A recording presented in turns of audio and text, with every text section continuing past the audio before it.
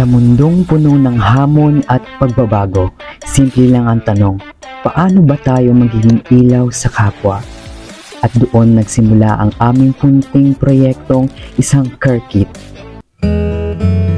Sa paghahanda namin ng care kit, napagtanto namin na ang bawat pirasong inilalagay ay simbolo ng pakikipagkapwa, ang simpleng pagdamay sa kapwa.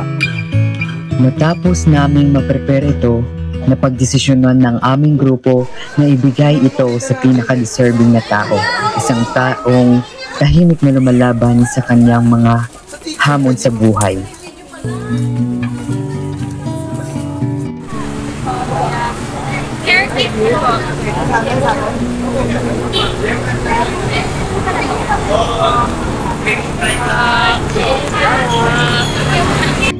Matapos naming ibigay ang unang care kit ay napagdesisyonan ng aming grupo na puntahan ang advisor ng Paglaom Organization para i-donate ang aming ikalawang care kit. Thank you so much. Marami kayong matutulungan ng mga buhay, pamilya, komunidad. Maraming salamat. Para ito sa Paglaom. Kaya pala ako nagato ng Thank you po, ma. Thank you, ma.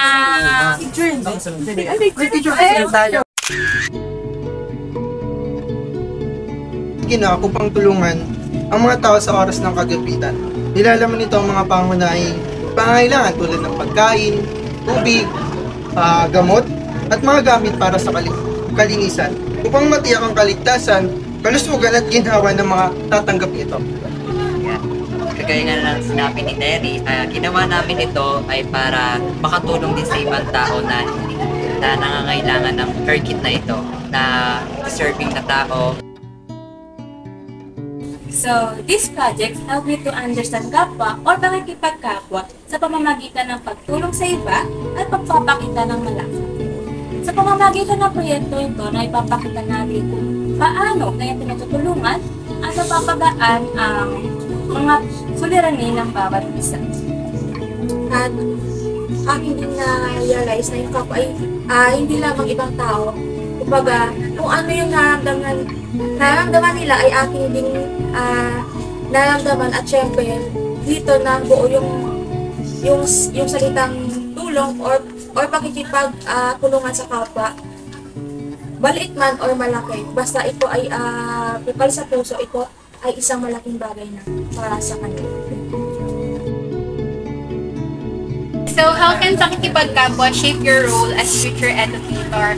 Well, as future educator, it is already given that we will be interacting with a lot of people, the staff, the teachers, the parents, especially the students that we will be handling. So, while doing this care kit, it highlights the value of how we should have better compassion with other people. Na yung compassion, it is not limited solely kapag ka merong dangerous situations such as natural disaster. Siyempre, we don't box the word compassion doon sa disasters alone, but also we should use it or we should utilize it sa classroom, na kapag pakikipag-usap tayo sa mga students, sa teachers, sa parents, we are compassionate with them as well, and we don't simply sympathize but we also empathize. Through that, through compassion, I think na mas magkakaroon or mas mabibuild natin yung healthy environment within the classroom, especially sa students and sa other team. Yun lang.